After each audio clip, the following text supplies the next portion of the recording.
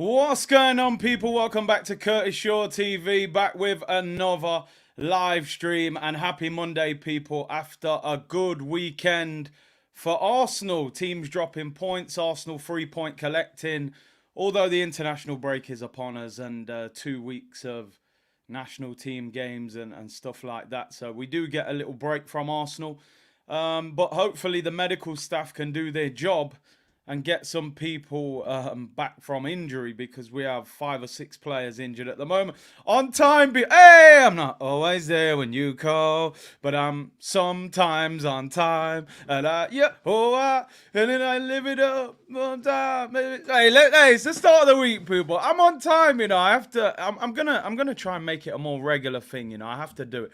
Big up everyone, anyway. Hope you're well on this Monday. Hope you had a good weekend. Shout out. Big up the Wolves. Big up the Wolves. Clipped up Tottenham. It was the best way to start the watch along. I'm sitting there as I started the watch along. For anybody who didn't tune in, I've got the Tottenham game on. They're winning 1-0. There's like 5 minutes to go. So I'm like, they've won this, man. Wolves don't look great. And then they equalise. What a goal from Sarabia. And then they score the winner. And I'm just like, yo, what the hell is going on here? What a way to start this stream. And then Arsenal obviously handled business, picked up the 3 points as well. Good performance, not an unbelievable one, but it is what it is. And then after that, obviously Manchester City dropped points. We're going to talk about that. Fitz says technically you're 2 minutes late. Fitz, come on, don't put a dampener on things. I was closer than usual, but big up Fitz as always. Spurs pulling a Spurs. Listen, it's Spurs, innit? We know what Spurs are about. So I think order's been restored with them over the last couple of games. So yeah, we can relax. Game of the season, City versus Chelsea. Just want to briefly go over that game yesterday. I actually missed about the first 15 minutes of that game.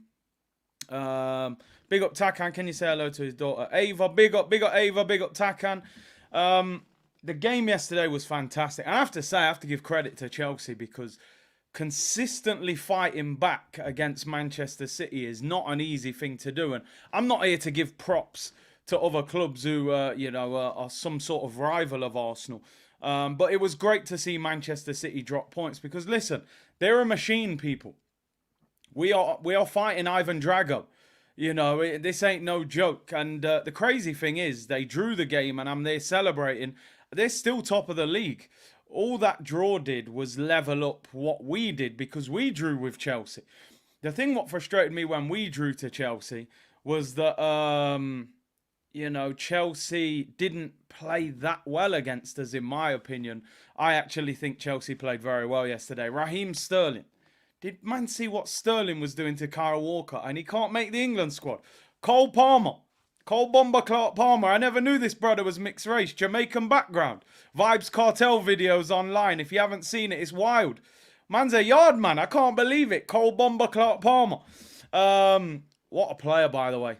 Gonna be honest. When he played for Manchester City, I thought he was good. But I thought, he's a good young player. He needs another year or two. I can't lie. The brother's ready right now. I think he's got to be in the England squad soon. In fact, bun that. Go and play for the Reggae Boys, my friend. Don't bother with Southgate. But proper player, man. Scored that penalty against City, and I loved it. Loved it. Their next game as well is who they got next? Liverpool. Oh, some people saying he's from St. Kitts. He's St. Kitts. All right, fair enough. Caribbean roots anyway. St. Kitts, big up. But yeah, big performance from him. Static, I'm going to get back to you, bro. I am going to message you back. Big up yourself, brother. And as I said, I'm gonna mix it up. I'm going to send you a message. But yeah, proper player, Cole Palmer, man. Good player. Nice to see Manchester City dropping points. Can Liverpool do something to them after the international break? Anyway, enough of the waffling. You'll hear plenty of that today as we do press conference reaction. But big up to everyone locked in. Make sure you like the video, subscribe to the channel, and all of that good stuff. Let's briefly go over the game on Saturday. I gotta be honest, I was getting ready for the show today and I thought, right, let me get my player ratings ready. And I honestly couldn't remember the whole game. I had to watch the extended highlights to remember what ratings I was going to give to players because the game seems that long ago. Keros, I'm going to get back to you. I got your response. Thank you for emailing me. And he did a very good edit for me. So appreciate that, bro. But yeah, I had to look back over the game and sort of figure out the ratings. So we're just going to brush over the player ratings and the game. Arsenal beat Burnley 3-1. Trossard, Saliba, Zinchenko with the goals. Fabio was sent off for a clumsy challenge. I saw a lot of Arsenal fans complaining online about that red card because the contact was not necessarily, he didn't clatter into the guy's leg. It does not matter. It does not matter. If you go in with your studs and you catch part of their leg, you're getting sent off. There's no doubt it was a red card. Zinchenko, everybody, was kung fu fighting. Oh, boy, was fast as lightning. What a goal by Zinny. I said it before, you play at home against a team where you're going to dominate the ball. Zinchenko's going to look like a serious baller. And he did. Listen, Zinny's had a lot of criticism in the last month or so, but he was very, very good on the weekend. But, of course, the opposition, we know we're going to have bigger and better opposition to deal with. Leigh said after the banger from Chelsea and City, we just have to get the W and move. Listen, to win things, to have a successful season, you're going to have 10, 11 games where you're not going to watch the highlights back. You clip them up, you get your 3 points, you get yourself home. You have days at work where, you just get through the shift. You jump in your car and you get home and you kind of put it out of your mind, right? You got to have them days sometimes. Burnley wasn't a classic. They spoilt the game a little bit, but we won 3-1. The only disappointment for me, if I'm going to keep it 100, I don't think we should have conceded. I would have liked to have seen a clean sheet. Yeah, I would have liked to have seen 5-6 goal hammering, but I knew they wouldn't just turn up and just let us, tickle their bellies. They were going to put up a little bit of fight. It's Vincent Kompany at the end of the day. 29, can you do something for me? Can you score a goal or two for me? Listen, even a shot on target at this stage would be enough. We're going to talk about him in more detail. Anyway, Trossard's on the background today. Listen, that brother needs some flowers. Baller. Man's balling right now. And not only are you balling, you're saving me from watching Eddie Nketiah up front, and for that, I have to thank you. He come through the system. You've got an agenda. Nah, listen, mate. It's 2023, nearly 2024. If it ain't Jesus, it needs to be Trossard, people. Let's keep it a buck.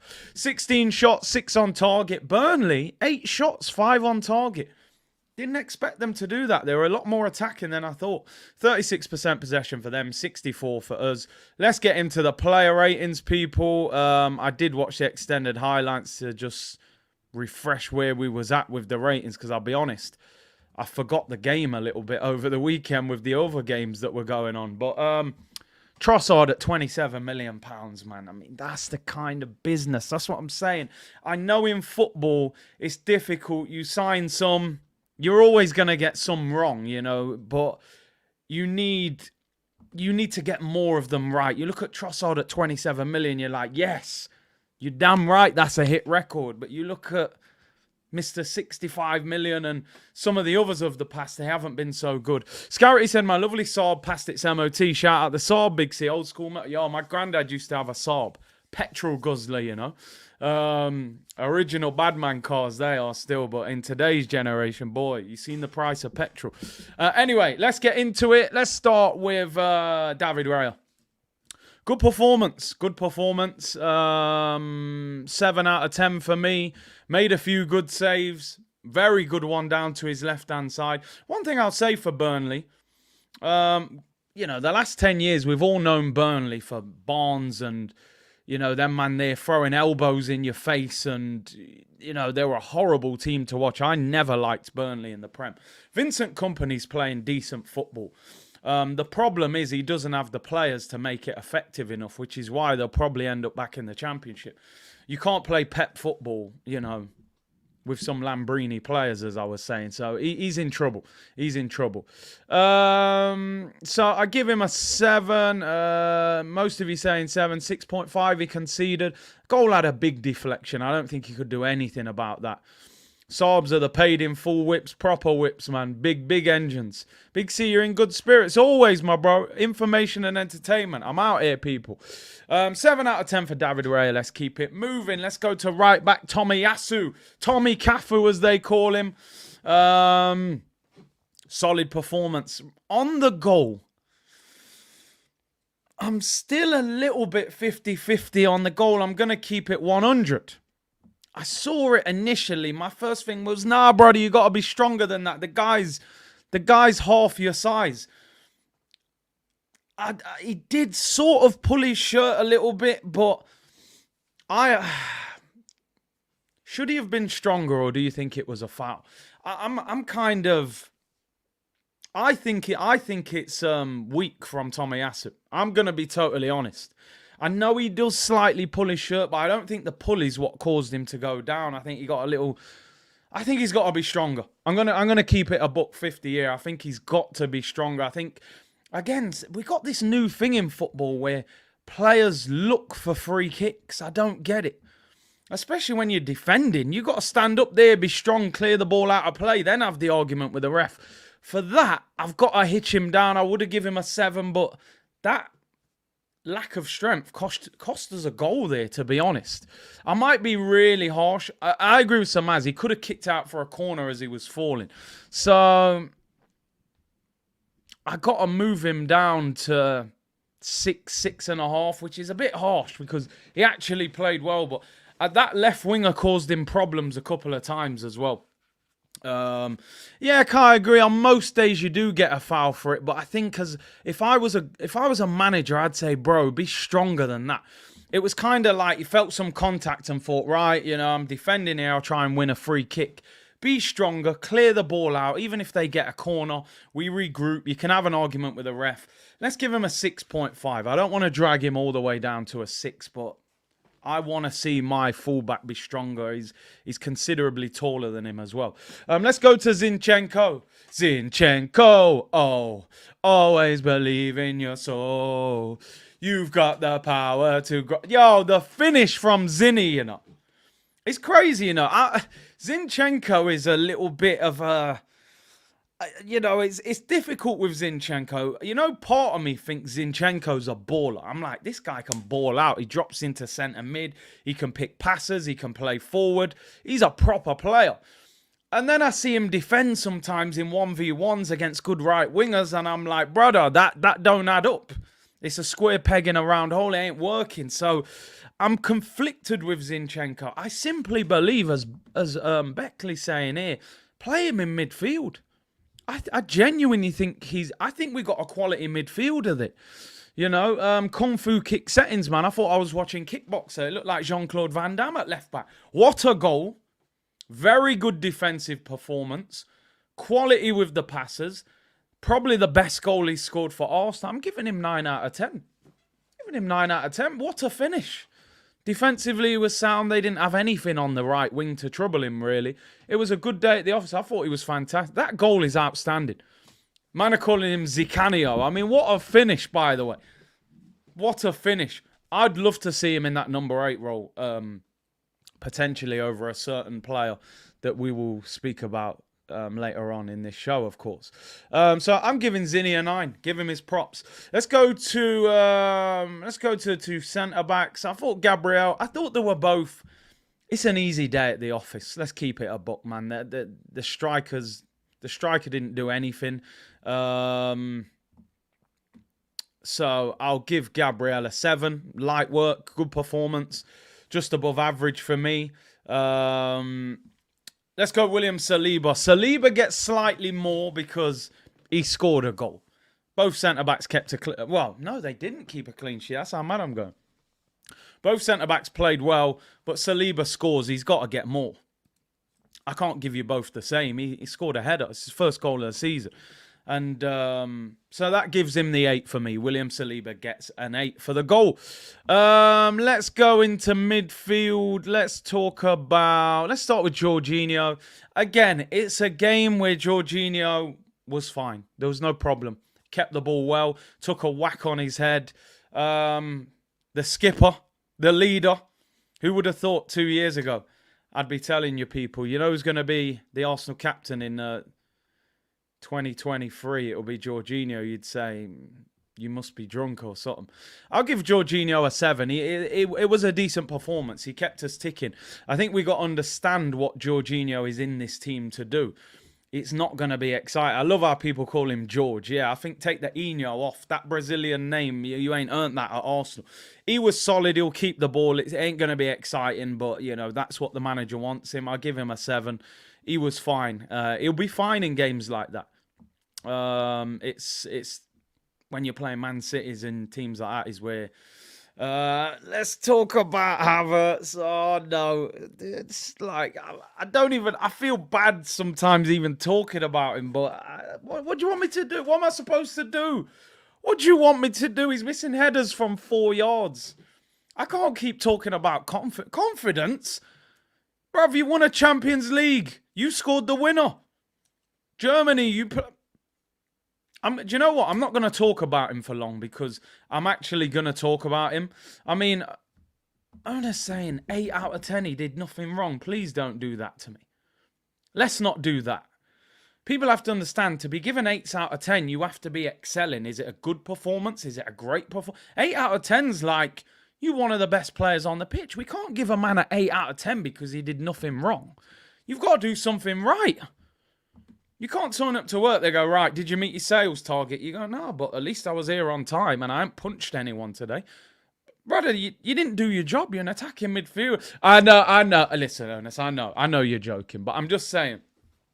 5 out of 10, keep it moving. I ain't got much to say. You missed a header from 4 yards. In fact, I'm going 4.5. Yeah, I'm going to keep it 1. I'm going 4.5. The manager dragged him in the 58th minute and he loves it. So you know there's trouble occurring. You know what I mean? In the streets it's getting hot, and the youths them a get so cold. It's getting cold outside, man. Let me tell you, winter's arriving for Havertz, man. Let me tell you something, though. The fans are trying to back him. That's how crazy it is. Because we're winning games, the fans are just brushing it under the carpet. It's like, you know... It's like staying with your partner because you've got kids with her, you know it ain't working, but you're just there everywhere, let's just stay together. You know what I mean? It's one of them right now. Like, we're stuck, we're encouraging him, we're desperate for the guy to score, but damn, it ain't happening. But we're going to talk about him in more detail in the show as well. Let's go to the front three. We'll start with Bukayo. Good assist for Trossard, header across the goal. Trossard scores. I thought Saka started very lively first half. Second half was a little bit more quiet. But, yeah, it was a bit quiet second half. He came off towards the end, but he did well in the first half. Got the assist. I've wrote down 7. I don't think he really... I thought he had a quiet second half, but I still... Oh yeah, B as Arteta calls him, B. I thought B did okay. 7. Got an assist, above average. Second half, a bit quiet, I thought. So I'll give him a 7. Let's go to the other wing, Gabriel Martinelli. I thought he was lively. Came off as well. The whole front three came off. I've skipped Declan Rice. We'll go back to Deckers after Martinelli. He's just so consistent. I don't even talk about him now. Martinelli... What did I have written down for Martinelli? I've wrote down 7.5. Was he better than Saka? I thought he was more lively than Saka, to be honest. But Saka got the assist. I might be doing him a disservice there. I'll give Nelly a 7.5. I thought he was a bit livelier. I got to be honest, I can't even remember the game that much now. It's been a long weekend. We'll give Martinelli 7.5, just for vibes and Brazilian tax anyway. Let's go to Declan Rice. You remember there used to be an advert, they said it does exactly what it says on the tin. Declan Rice does exactly what it says on the tin. One thing I want to see more of from Declan Rice, one slight constructive criticism of him, bear with me on this, In games like this, where we're dominating the ball, I think Rice now has got to start doing more in possession. What Declan Rice is brilliant at is winning the ball back, starting off attacks. But when your team has constantly got the ball, I think you've then got to start doing more in possession. So I want to see Declan Rice score 6-7 goals this season.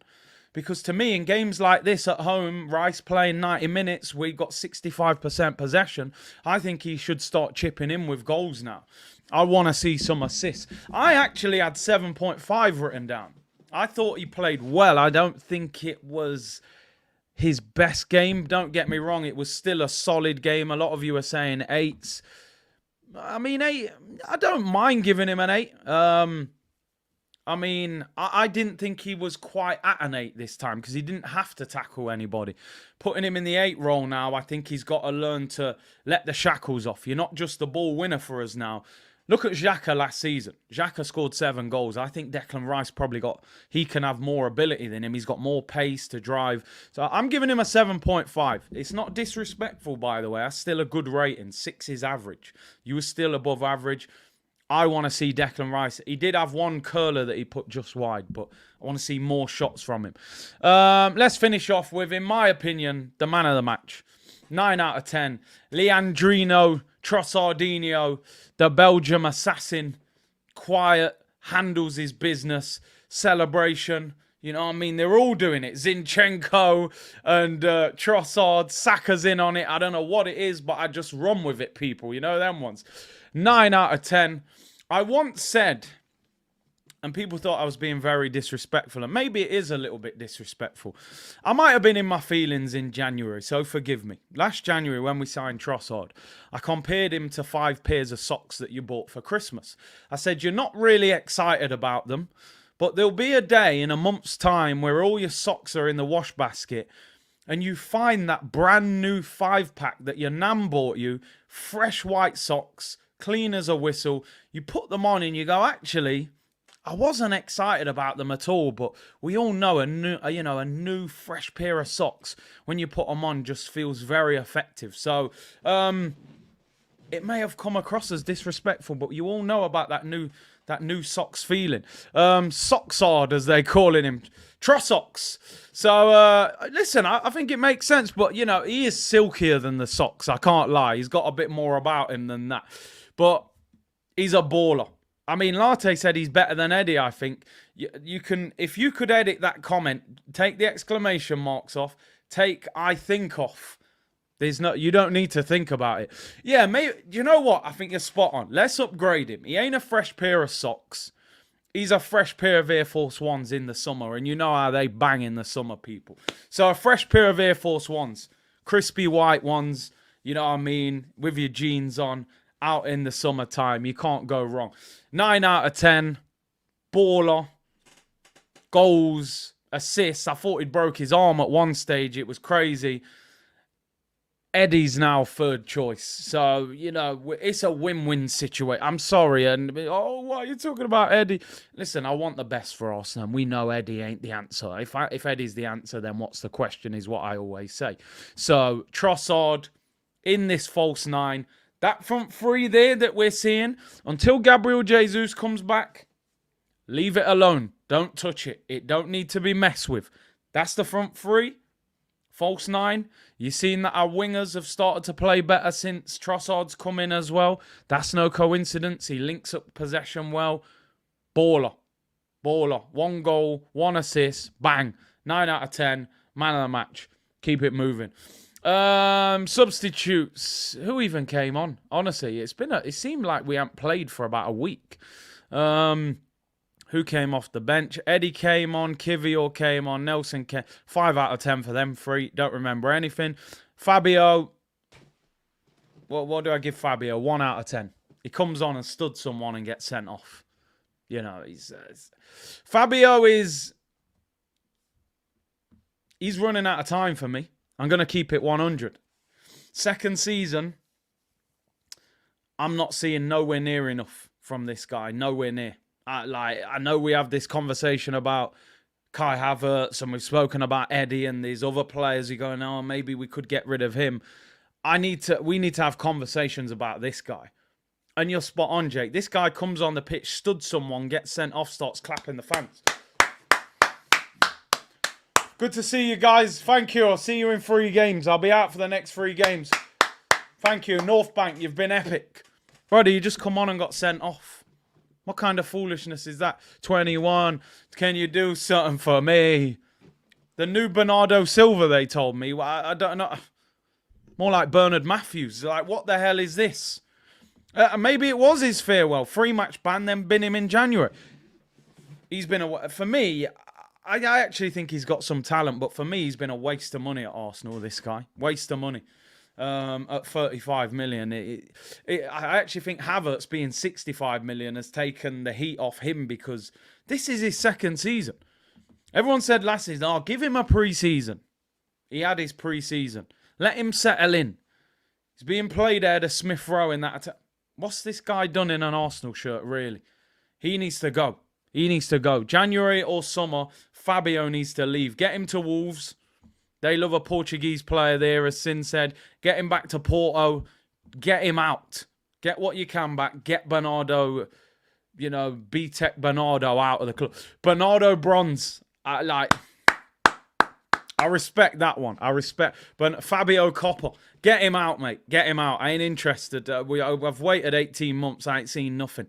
Right, there we go. Let's end that one. The manager, I'll give the manager...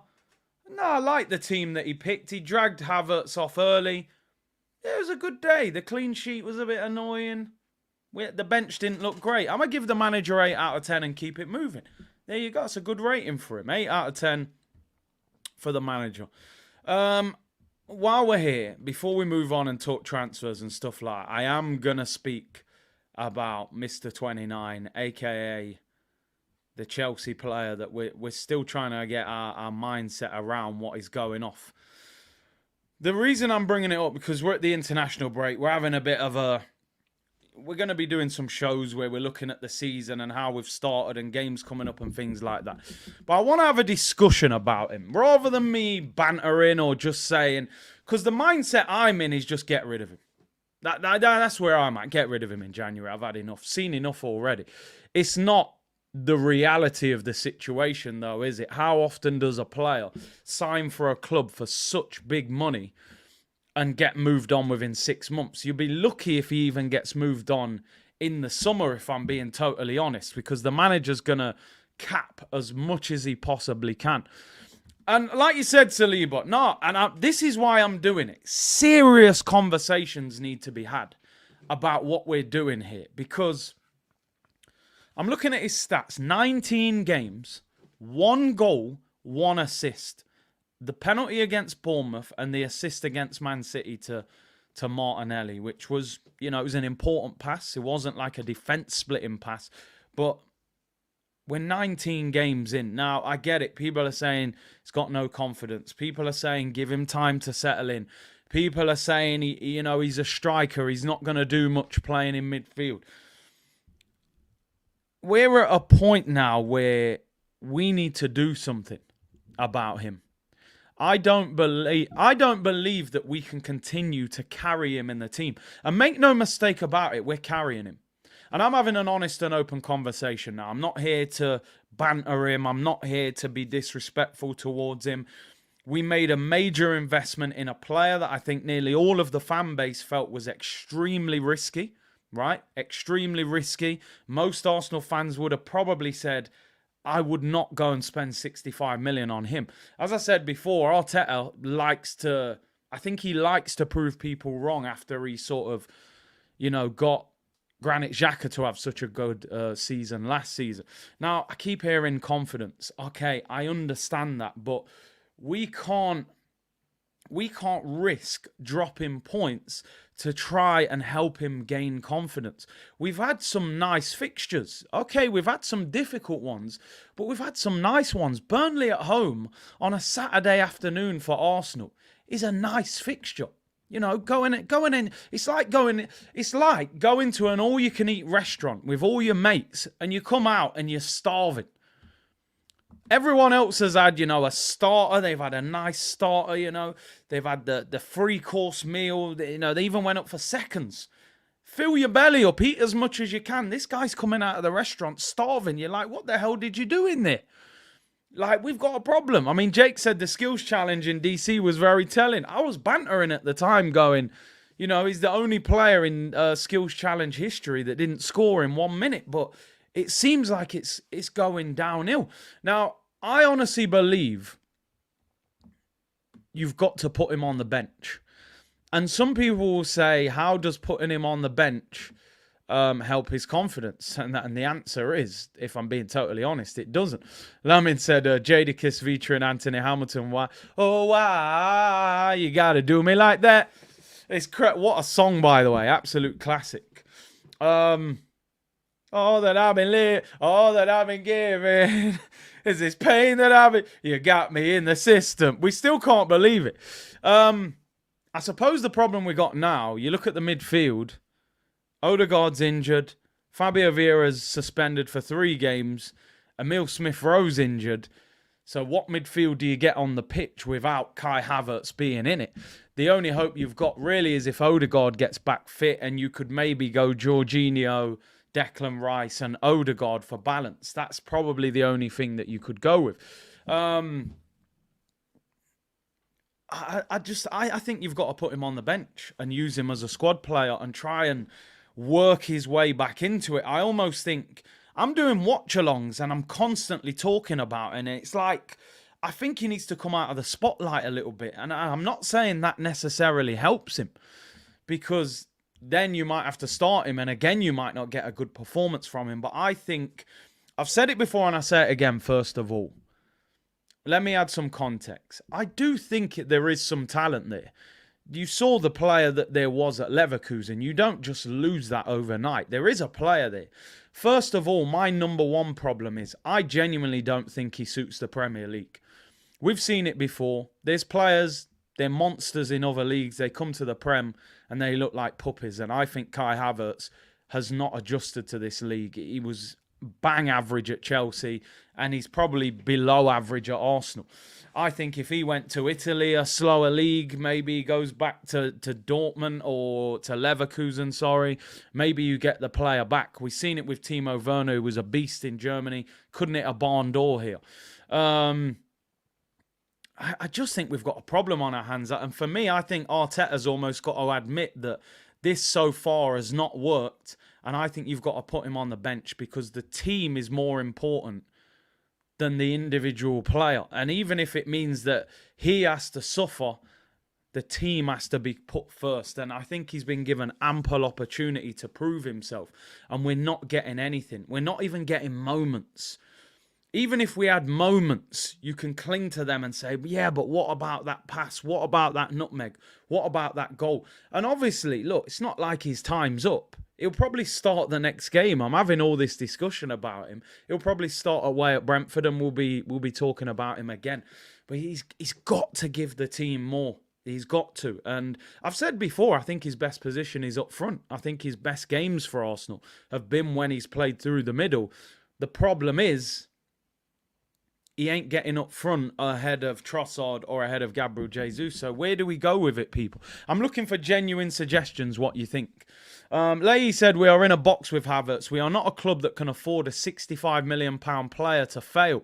The only thing that was going right for him is that he's always fit. We may need a Hail Mary from Saudi. Please, just take him, man. Take him. Al Hilal, Gerrard, take him at your club. But would he want to go there? 24 years of age, Euros at the end of the season. I can't see him wanting to go Saudi. The Saudis might not even want him. Let's be real. He's better than Nketiah, though, says Kevin. I mean, might have more talent, but he hasn't scored more than him, But, the midfield thing, I'm not sure. More opportunities than Pepe. I mean, listen, people consider Pepe a flop at Arsenal. If you looked at Pepe's highlight reel at Arsenal now, you would say he's had some good moments. He might not have been overall the right player, but he had good moments. He scored some good goals for us and had some good moments. But listen, we are where we are with him. Like I said, I think he'll start the next game. I don't think he's a midfielder. I don't think he should be playing in midfield. I think the manager's tried it. He wants him to play in that sort of Granit Xhaka role, and I don't think it suits him. Granit Xhaka had a bit more bite about him. I would rest him. I would pull him out of the spotlight for the next few games if Odegaard is fit. But we are where we are, people. 19 games, 1 goal and 1 assist. How do we get out of the situation? Chris said, Arteta must be very mad at Vieira because Havertz is on 4 yellow cards. He did look fuming with Fabio, Chris. He really did. He didn't speak to him. He looked very angry. It was a stupid yellow card. Red card, sorry, for Fabio.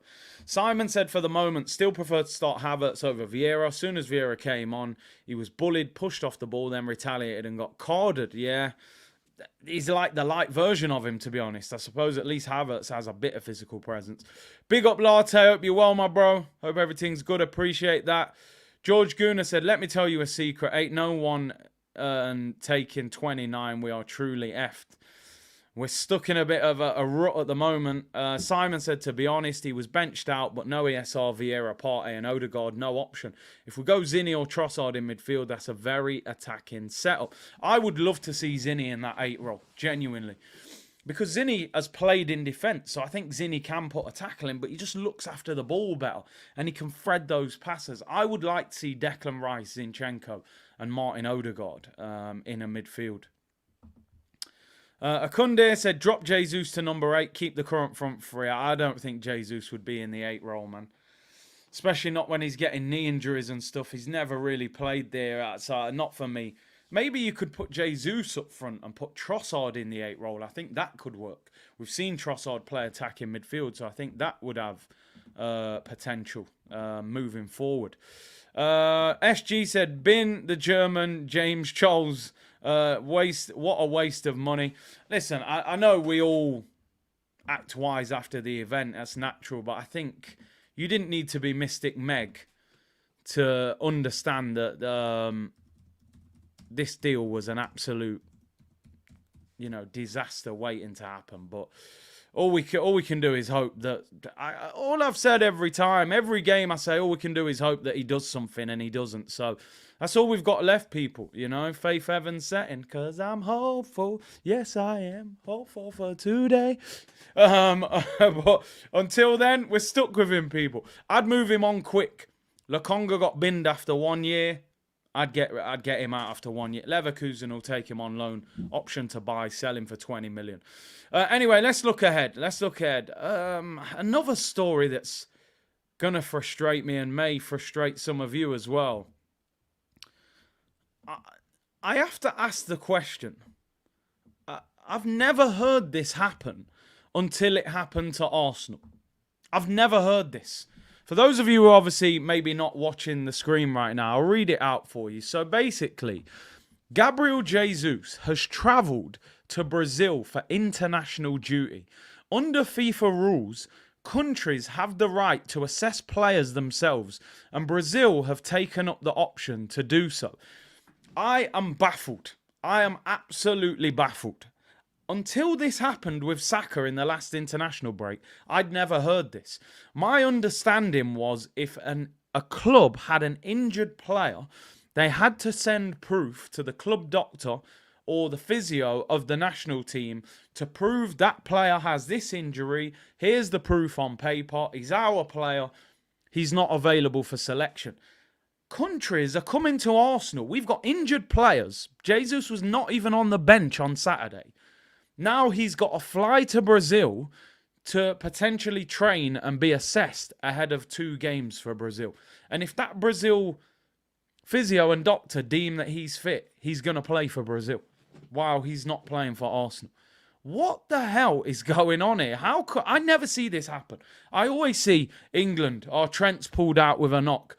Rashford's pulled out. Jack Grealish has pulled out. I never hear anything about, is he going Brazil Carnival or something? I don't know what's going on.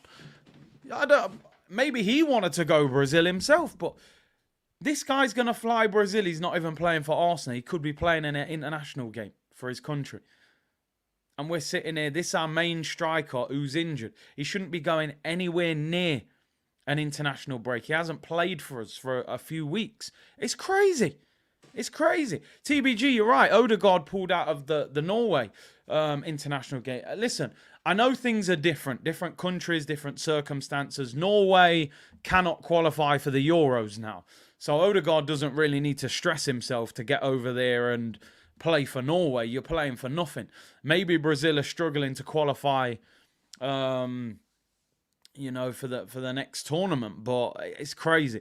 The question you would have, if he can play for Brazil, why didn't he play for Arsenal? If he didn't play for Arsenal, why would he be playing for Brazil? He's on £200,000 a week. We pay his wages. If he couldn't play on Saturday, he shouldn't be travelling to Brazil on Monday. It's absolutely insane. This is a hamstring injury, by the way. That is a very, very risky injury to be playing on quickly. You know, I've known players... They've had a little pull of the hamstring out for a couple of weeks. They've come back and then they've torn it, and they've been out for 3-4 months. I just hope this brother don't play, because knowing Arsenal, let me not even say it, you know, but you know, every Arsenal fan will be thinking the same thing. Canadian Gooner said Arteta's job should be in jeopardy for Havertz. I think because on paper, we're in a good position, even though I've questioned the way we've been playing, some of the tactics. The reality of the situation is, if you look at the Premier League table right now, Arsenal are 1 point behind Manchester City after 12 games and top of the Champions League group. That would be considered a good start to the season. Yes, we haven't been as free-flowing. Yeah, I'm extremely disappointed that we just threw away the Carabao Cup, because it was an opportunity to win a trophy and boost the confidence early in the season. And yes, I am disappointed that we signed Havertz, and, you know, because another big signing there in this Arsenal team could have pushed us to that next level. But ultimately, on paper, the club will be sitting there right now at this international break going, this has been a solid start to the season. You're a point behind City and you're top of the Champions League group. Make sure you smash the likes up, people. 1,900 of you in the chat. 44 of you on Twitch. Big up the whole C unit. Locked in. Big up yourselves. Yeah, obviously FIFA have got this new rule in now that a country has the right to assess a player. Maybe this is a new rule. If they deem him fit and available, he'll end up playing for Brazil. You know, a lot of South American players, they're very passionate about their country. I'm sure he'll end up playing if they deem him fit. SG said, Havertz looks like Butthead from Beavers and Butthead. Oh, let me not even... Don't get me started. If I start running jokes, they'll be fuming with me. Simon said, Brazil pay back because we said Martinelli was injured. Then he came off the bench against City and they were fuming. I heard about that one. Yeah, apparently Brazil were very unhappy with that. Big up Simon. Big up Cope, who said, big up the C-Unit fam. The Wenger days with Scalacci, they were dark days, man.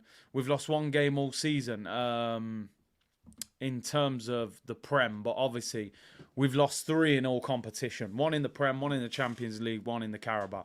But listen, ultimately we've started the season quite well, but we've definitely got to go up through the gears if we're going to achieve anything major. I think that's what something we would all recognise.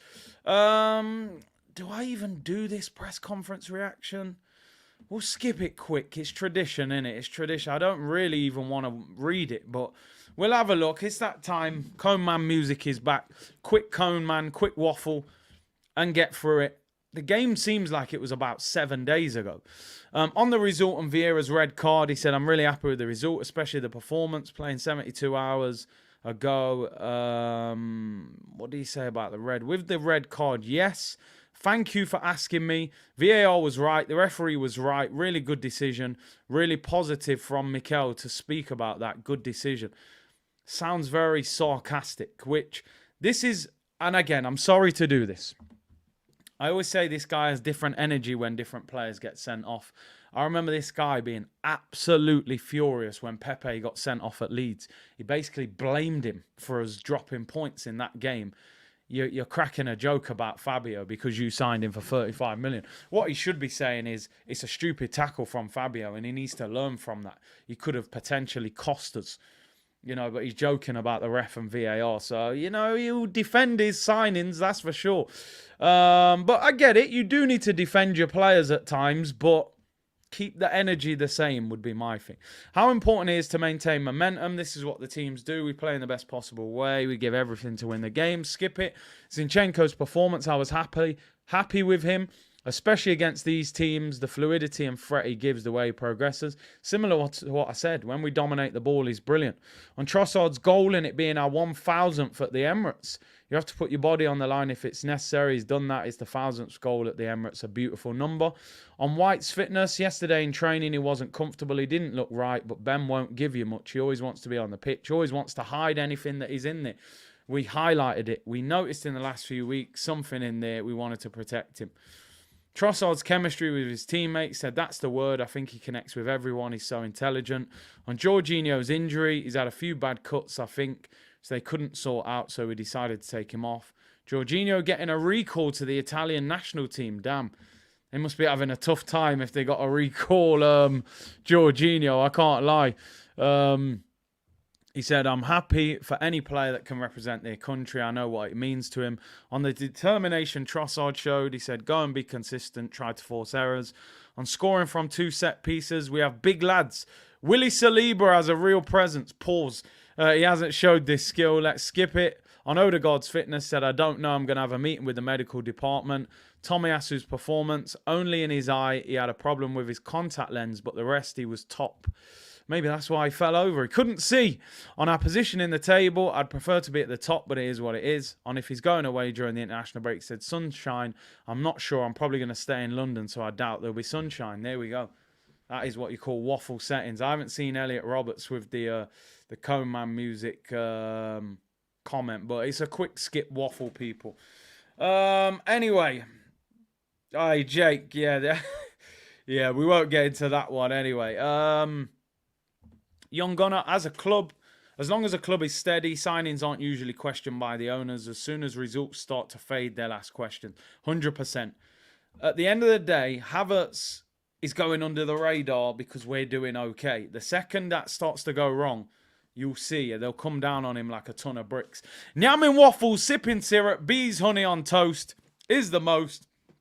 With that Cone Man music. Big up yourself, Mickey Roast, the boss. Gunnar popped by, said, got the news his dad is suffering from cancer, struggling at work. I'd appreciate the thoughts and prayers of the community. Thoughts and prayers go out to you, bro. As I say, community settings here. Get well soon to your dad. And stay strong, bro. I appreciate the fact you've tuned in. And fair play to you for going to work as well. So big up yourself, bro. And thoughts go out to your dad at this difficult time. I'm sure the community will echo that as well. I'm going to start to round up. So we've got a couple more things to get into before we get out of here, people, and you get on with the rest of your Monday. Bit of transfer news for Arsenal. A few of you were commenting before the show started, so I want to know your thoughts on this. I'm not sure how true this is, but we're gonna discuss it briefly anyway.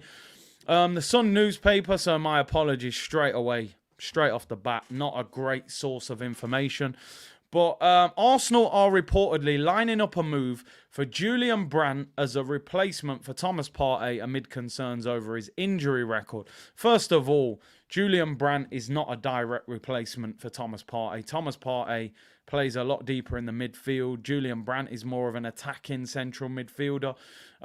Interesting enough with this link, the guy apparently is best friends with Kai Havertz. So maybe they're trying to sign his best mate to make him feel a little bit better. Julian Brandt has been linked with Arsenal before. I haven't watched him much in recent times. He's a player that's always kind of been linked with moves but doesn't really end up moving. He was at Leverkusen, highly rated, went to Dortmund. They got him quite cheap in the end. Last season he was pretty good. 9 goals, 8 assists in the Bundesliga. He started off this season very well. 4 goals, 4 assists for Dortmund. 27 years of age. Dortmund not desperate to sell, which is why I'm not getting too carried away with this. He's more of a cam left winger, I would say. Maybe we're looking to play him in that position where his best mate Havertz has been playing. But they're not short on money, Dortmund. You know, they sold Haaland. Last year they sold Bellingham. This year, do they really need the money?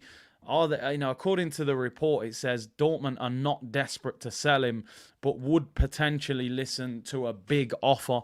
I don't see it happening. I think we need more of a 6 or a creative midfielder rather than an attacking midfielder / winger. We've got ESR, we've got Odegaard, we've got Havertz, we've got Fabio, we've got Trossard. Until you get a couple of them out of the door, I don't see you've got any space to sign a player like this. People saying he looks like Mudrik's brother. Yeah, for me, he clearly has, he's putting up decent numbers at Dortmund, and anybody that watches Bundesliga, let me know. Maybe he's an absolute baller at the moment over there, but I just don't think that's the position we need to be spending money in January. We need a striker. We need a central midfielder. We don't need another attacking midfielder in Julian Brandt. So for me, this deal makes no sense. So I'd take it with a pinch of salt, people. Have you seen Tielemans? He's been on the treadmill. I haven't seen him. I know that move hasn't worked out that well for him at the moment. Havertz for Julian Brandt. Yeah, maybe we could swap them. You never know. Amanda Holden, Jake said. Oh, dear. We'll leave it there. Oh, that's a great point, Sasha. Do you know where Buenos Aires Gunnar is? I haven't seen him in the chat. Where is Buenos Aires Gunnar? He used to be heavily in the chat. He was always messaging. Loved the channel. I'll have to try and get in contact with him, actually. Big up Buenos Aires Gunnar. I haven't seen him in the chat for ages. Chuckle Brothers regen if we get him, says Young Gunnar. Yeah, it doesn't fill me with hope, this. Although Kamal said Brandt is having a really good season. Yeah, 4 goals, 4 assists. He's obviously started well. What happened to Xavi Simons? 11 games, 4 goals, 7 assists. I mean, he's an incredible player. I honestly felt Arsenal should have tried to get him, but PSG had the buyback clause. They bought him, loaned him out to Leipzig. I think he's a potential future superstar, Xavi Simons. Kamal says, that was Canadian Gooner, sorry with that one. Big up yourself, bro. Kamal said Rice saying he prefers 6. I think we'll go for an 8. Yeah, I think so. I think we could get a more creative attacking midfielder that can play central. Not necessarily Brandt, though. Ricky said a Havertz replacement marketed as a Partey replacement. Yeah, that's maybe how they're doing it. That's a good point, actually. And Eli said, watch Zubimendi all season, and he's a baller. I think the problem we've got with Zubimendi, Eli, is that he's saying publicly he doesn't want to leave in January. Where do you go when a player's saying that? He's got a release clause. He's saying, I don't want to go anywhere. He's happy at Sociedad. They're going to make the last 16 of the Champions League. So I think that could be a summer move, potentially. So he looks like one of them boy band footballers, said Mr. Cool Bus Driver. Edu should be in Napoli's DMs. I'm not sure Edu's built to negotiate with Napoli. That's for sure, people. Last thing before we round up. We've been on for 52 minutes. Make sure you like the video and subscribe. Jay Dime said, see, I spoke to Rice's brother the other day at the stadium. He can't wait to play with Thomas Partey. Of course, man. He would have been looking at it when he left West Ham and thought, boy, go to Arsenal, man. They dominate the ball. Thomas Partey's like the enforcer who's going to do some of that dirty work that that Declan Rice was doing at West Ham. And then you've got Odegaard in front of you, you can just get the ball to, who's just scored 15 Premier League goals. He must be thinking, this is going to be amazing. But it hasn't turned out that way. Odegaard's turned into Casper. And Thomas Partey's, like a wet tissue, just falling apart. So Declan Rice actually holding the midfield together. Omid said, as a Madrid fan, I hope we activate the clause in January because Modric and Kroos will leave and this guy's class. So he rates him highly, Zubimendi. Partey is a story that's fading away slowly. I think we'll get Partey for a couple of months this season and that's it. You might get a February, March, April out of him and that'll be about it, really. But you never know, if we're still in that title race and you get a fit, firing Partey for 3 or 4 months, you get a quality signing in January, Timber turns up in March. Those players could make a difference. But just before we round up, let's have a look at the Premier League table. I will not go below 6. So if your team is not on the screen, I'm sorry. We're not accepting cookies. We're not going on page 2. We'll leave it here. It's crazy, isn't it? Manchester City drew a game. We're all singing and dancing, but they're still top. And it's a draw that we got. But what I liked was, I didn't like it because it was Chelsea doing it. I like the fact that City kept going in front and kept losing that lead. I feel like Pep would have been very frustrated withdrawing that game.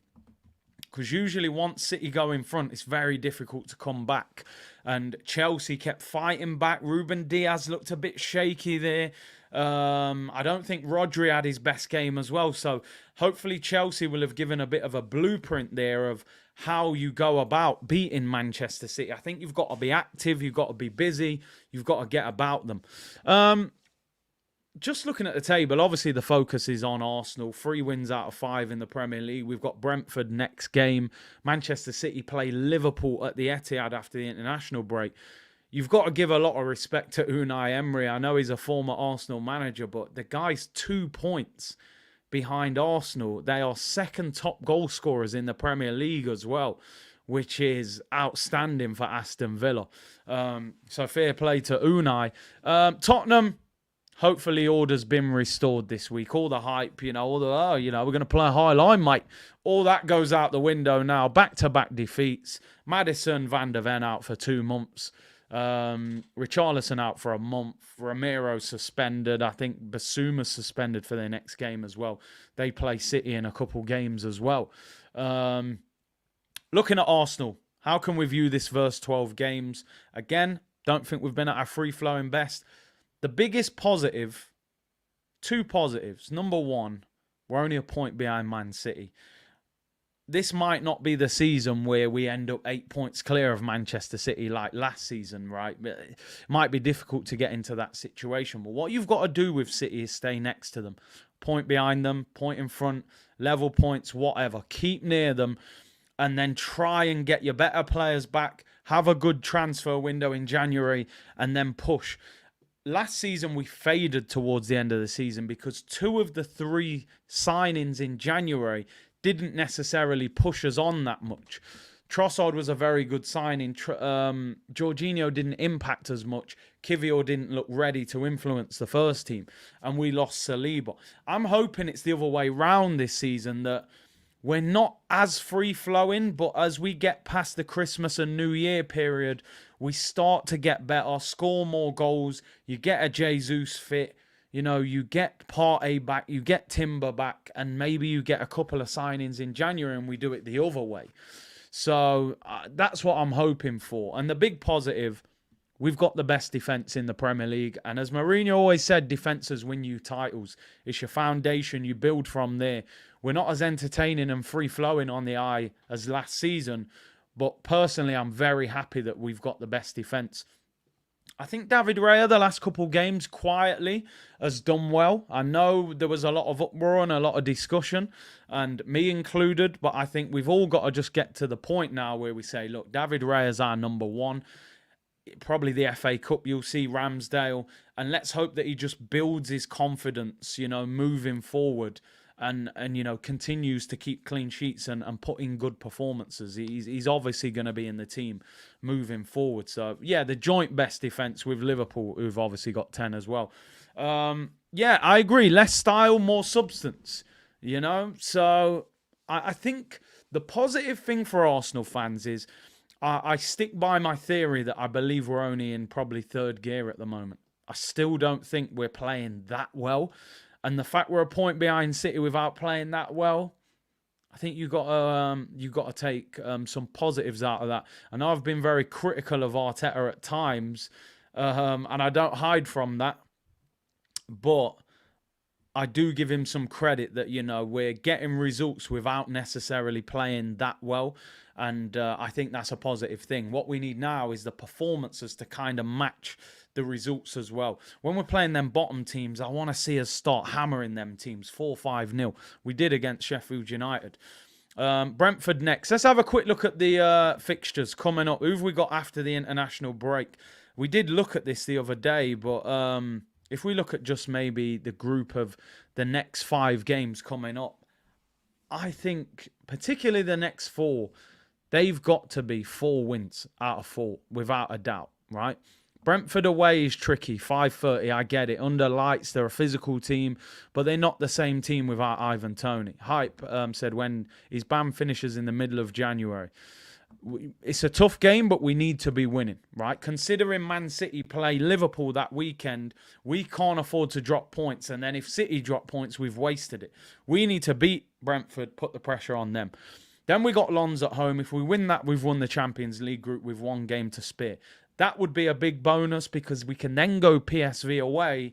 Even if we lose, we've still won the group. Not that I would want to lose, but what I'm saying is I would like to see Saka, Saliba, Declan Rice.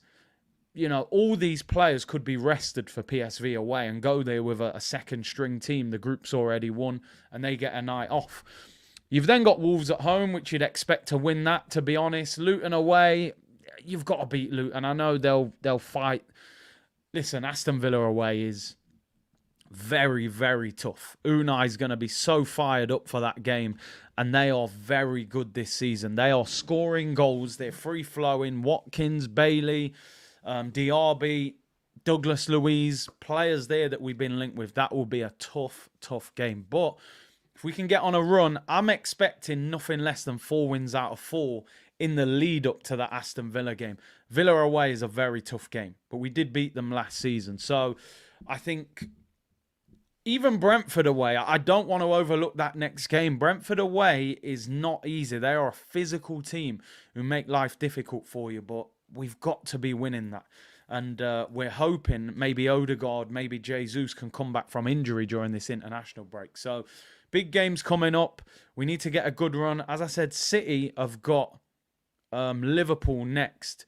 So we've got to sort of make the most. Just quickly looking, actually, at who City have got in the next few games. Because, listen, as I always say, that's the team we got to focus on. I mean, City, look at City's next 3 Premier League games, people.